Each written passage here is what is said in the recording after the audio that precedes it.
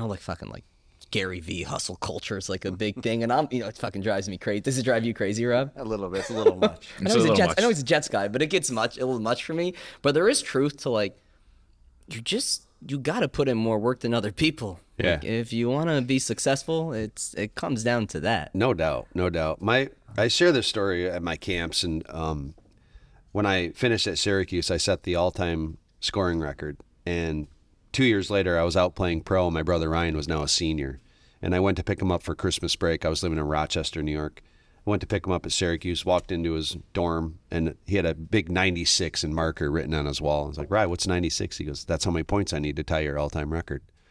And the most points I ever scored was 83 in a season. 104 was the NCAA record in a season, so 96 was a lofty goal. Well, I pick him up. We drive back to our hometown in Carthage, and I get out like, hey, I'm going over to Ashley's. We're going to go drink some beer. Want to come hang out? Like, no, I'm on a mission. I'm like, okay. I get back that night, and he's out in the snow playing wall ball with mittens on. I wake up the next day. He's running snowbanks, playing basketball in the afternoon, getting a lift in, doing more wall ball with mittens, and this carried on. And I was going out and hanging out with my friends, and he was fully committed to his mission. And he gets back to Syracuse, and when you get back to school in the spring, you get 2 weeks before the season starts and get assimilated with your classes and stuff. And his buddy's like, hey, we're going to a party. You want to come? He goes, no, I'm on a mission.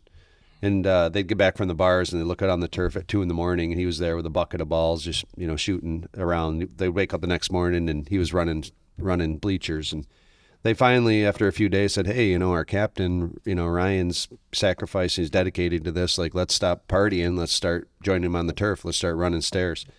Fast forward, Memorial Day, national championship with 17 seconds left. He scored his 96 point. Wow.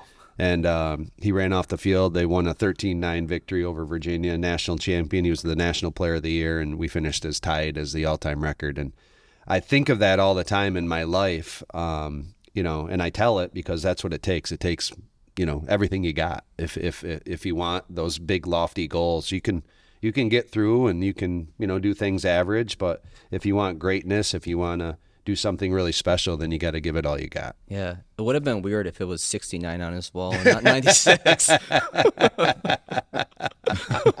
That's what you got out of that whole story. No, I'm I got sitting more here than with that. chills. I'm ready to run through the wall right now. I got I'm more all of like, jacked up. If you look through it at a mirror. if he had gotten 97, though, like I know. Casey might have had to suit back up to get another point. That also was a lofty goal as well. Yeah.